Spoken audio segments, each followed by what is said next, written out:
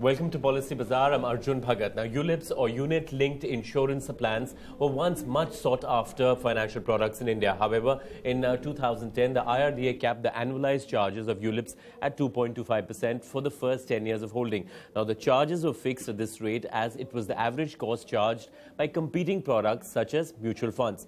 Now, with fewer incentives, distributors stopped really pushing these products and ULIP sales witnessed a sharp drop. Now, these investment-cum savings plans have once again changed to become a low-cost investment option for customers. In fact, some of the recently launched ULIPs are much cheaper than mutual fund plans. We have Naveen Kukreja with us, Group CMO Policy Bazaar and Director Paisabazaar with us in our studio to help us understand how ULIPs work and how to buy them. Welcome to the show, Naveen. Now, ULIPs have had this up and down kind of a journey. They were very popular till 2010. Then they went down. Tell us why that popularity was suddenly reduced. So, Arjun, thanks for inviting me. What happened was when the private sector insurers came in and started in 2003 and 2004, they were the ones who started popularizing ULIPs or unit-linked plans. Initially, it was for the right reason because over a long period of time, if the consumers invest in a market-linked product, they're likely to get higher returns. But what happened was that the initial products that were launched had higher charges built in, and there was also issues of mis-selling because the consumers were not aware of what exactly were they buying and for how long. So when consumers started completing 3 or 4 or 5 years of the product, which started happening in 2008 and 9, combined with what happened to the market in 2008, 9, 10, when the markets crashed and the value of investments came down, a lot of customers started cancelling, started complaining to the regulator. So the regulators took notice of that and came out with a regulation in 2010 which capped the charges, like you said. Suddenly what happened was that there was no incentive for the distributors to sell the product, and the consumers also became very wary of the product, which led to the downfall in about 2010 onwards of ULIPs. So then, what it sounds to me like is that ULIPs are pretty similar to mutual funds. They invest in the same kind of a product. Charges are now pretty much the same, you're saying. So how do you draw that distinction? What makes ULIPs different from mutual funds? Very rightly said, Arjun. Like you said that they are similar but yet different. They're similar in the way they invest in for the consumers' money. They're similar in the long-term horizon, from a long-term horizon perspective. Both mutual funds and any market-linked instruments are long-term instruments, so consumers should look from a long-term perspective. But they're different from the perspective that ULIPs offer you extra added protection cover, which is a life cover that comes along with it. So it's a combination of a mutual fund and term insurance. They're also different in the sense that they are more flexible, in the sense that if you take ULIPs, you can easily switch between a more aggressive investment strategy by investing into equities, or a balanced strategies by taking a balance of equities and debt, or investing in very low risk secure instruments like cash or money market instruments, which are low risk but low yields. So within that product, so what you're saying is there are a number of subcategories. Yes. Okay, so why should an investor buy ULIPs now? I mean, what are those advantages that we have talked about? Can you just reiterate those? Yeah. So what's happened, Arjun, now is that the new set of ULIPs, and there are 5 or 6 of them now, they are really low cost. In a lot of cases, they are lower cost than mutual funds. So the first advantage that the new ULIPs have is that they are very low cost. Most of the money that the consumers invest goes towards the investment and growth of their investment. There are very few charges like the fund management charges and policy administration charges to the tune of around 1.3 to 1.5%. The other reason is that they are now available online, so it's easier for consumers to compare and buy them and kind of manage them. The third reason why they're becoming popular and consumers look at them is that, of course, they remain one of the instruments which help you save tax, both at the time of investment through Section 80C, where you can claim tax exemption up to 1.5 lakhs. Also at the time of redemption, when the money matures and you kind of withdraw the money after a period of time, all of that money is tax-free, which very few instruments offer. So in that sense, ULIPs are becoming more attractive because they're becoming low cost. So would it be correct to say that ULIPs are now cheaper than mutual funds, and how? I mean, what are some of those points there?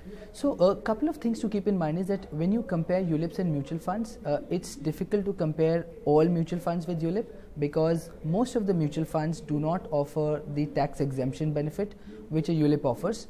The only mutual funds which offer tax exemption benefit are called ELSS or tax saving mutual funds. You can see particular mutual fund to know whether they are in that category or not. Typically, if you look at these mutual funds which are ELSS, because they offer tax exemption at the point of investment, they have a higher cost. Their cost typically ranges between 2.5% to 3% of the fund value. So if you have invested 100 rupees and your corpus has become 500 rupees after 3 years, this mutual fund will charge 3% of 500. Whereas the lowest cost ULIPs are now deducting charges to the tune of about 1.4, 1.5%. So they really are much lower in terms of the cost. Plus the other benefit of ULIPs versus mutual funds is that you have flexibility as an investor. So if you're really looking for longer term, which is the reason you should get into ULIPs in the first place, you start with investing into equities and market linked investment, which usually grow at a higher rate than any other instruments over a longer period of time. But towards the last fag end of your investment, so the last 2-3 years, you can convert all the investment to the debt instruments, which are low risk and low yield but low risk instruments. So it's easy to switch from aggressive to a balanced to low risk strategy within ULIPs. And that's a strategy that one would advise customers to take advantage of. Yeah, so it's very easy to take advantage of that. It's easy to switch. Mutual funds, if you wanted to switch, you will have to redeem one new mutual fund, enter into another mutual fund. So that will be the disadvantage. However, one should keep in mind that ULIPs are longer term investments. They have. What would the ideal horizon be? So my suggestion is that if one is investing into ULIPs, the ideal horizon should be 10 years or around, but definitely over 5 years.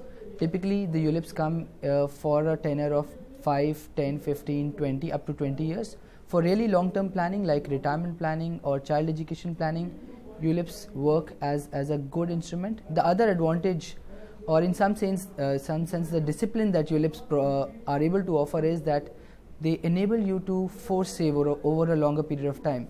I've spoken to a lot of consumers who, when they invest into mutual funds, they invest from a long-term horizon, but 3 years, 4 years, 5 years into the investment, when the markets look good to them, they redeem all the investments and they end up not reinvesting and spending that. So ULIPs in that sense offer a mechanism wherein you have a forced saving. So the perspective you're saying has to be different when you're investing in a ULIP and a mutual fund. Absolutely. Although both are market linked and both should have a certain horizon in mind. So even if you're investing in mutual funds, you should have a longer term horizon in mind. Typically, if you're investing for less than 3 years, I would advise that do not go for mutual funds or ULIPs because you don't know what will happen in the next 3 years. But historically, you see that any consumers who have a horizon of 5 years or longer, the market linked instruments like ULIPs or mutual funds tend to beat any other instruments which have a fixed rate of return. So which profile of people does ULIP really benefit, and what age group? Is it the 20s, the 30s? How does that? What advantage is accrue? So I think the younger you are, the more benefit or the more beneficial ULIPs would be for you, because remember ULIPs also have a term cover associated. So they protect the family in case something happens. But if you're very old, the term cover part of the ULIP will take a lot of charges because the mortality charges will be higher depending on how old you are. So the younger you are, the better it is to kind of get into a longer term. Also, you have a longer horizon if you're younger, because you can think about retirement, which is 20 years away. You can think about child planning, which is more than 10 years away. That's the ideal age from a ULIP investment. So before investor actually invests in ULIPs, what are some of the factors that they need to keep in mind? So I think the right starting point is the reason and the horizon for which you are investing.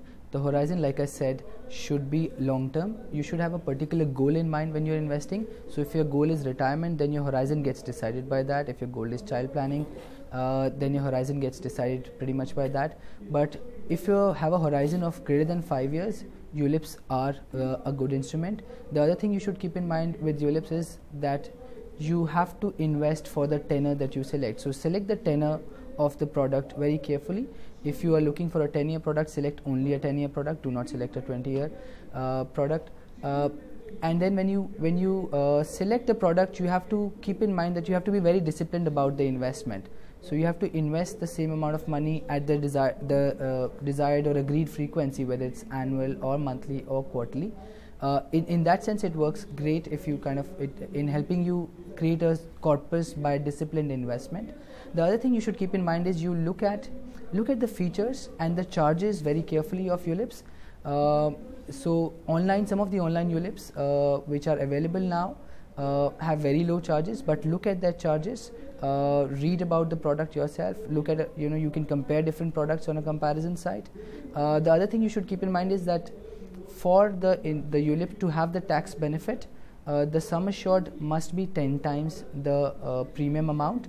So take care of that, look at that and ensure that it's 10 times, then you will get all the insurance benefits. So these are some of the things that one should look for. Right, Naveen, you talked about some of the tax benefits of ULIPs. Can you reiterate that and also give us the main benefits that an individual can get investing in ULIPs from both the short term as well as the long term perspective? So ULIPs are, and insurance in general is an instrument which is very, very attractive from a tax perspective. It saves you tax when you are investing. So ULIPs are part of ATC, which means that you can invest up to 1.5 lakh rupees and get your income exempted from tax up to the tune of that amount. ULIPs also are an instrument which are of the type EEE, which means they are exempt from tax at all stages, which is investment, accumulation of funds, and the redemption of funds. That's a huge advantage. What kind of limits do we have in that? So at the time of investment, the limit is as per ATC, which is 1.5 lakhs. By the time of growth, there is no limit, and at the time of withdrawal, if you've invested in the same manner, there is no limit. Everything that you get is tax exempt. So that's one reason ULIPs and insurance in general is a very attractive instrument from a consumer perspective. So clearly, a lot of new packaging has gone into, IRDA has come up with new norms, the cost price has fallen as far as ULIPs are cost to customers, but that apprehension still seems to remain. I mean, if my statistics are right, it used to be quite high, the number of people buying, and we still haven't reached that kind of popularity of ULIPs. You're absolutely right. So because of what's happened in the past and because of the fact that the products were actually not very good, the consumers are still apprehensive about it, and they're taking time to kind of get back to these products. But what I'd like to tell the consumers who are watching this show, that the new set of ULIPs, read about them. They are very, very good. They compete, like I said, very, very favorably with any other instrument that you have. The only condition is that you should be ready to invest from a long-term perspective. The other thing that's happening is that because of the way insurance distribution is structured, it's taking time for these ULIPs to become popular. So some of the new ULIPs, because of their low cost structure, are only available online because they have very low no distribution margin. So the entire distribution network of insurance, like agents, are not popularizing that product because there's limited incentive for them. But my advice to the consumers is that go look at the online sites, whether it's a comparison site or an insurance site. Look at the product features. Do that due diligence. Go on to comparative sites and look at the products that suits you. Yeah. All right, so Naveen, it's time for a short break. But of course, we're going to go into some specific unit-linked plans, the low-cost ones that people have the option to buy now. But it's time for a short break. But tweet us at Twitter at PolicyBazaar_in. You can email us at queries@policybazaar.com, and we'll see you shortly after this break. Keep watching.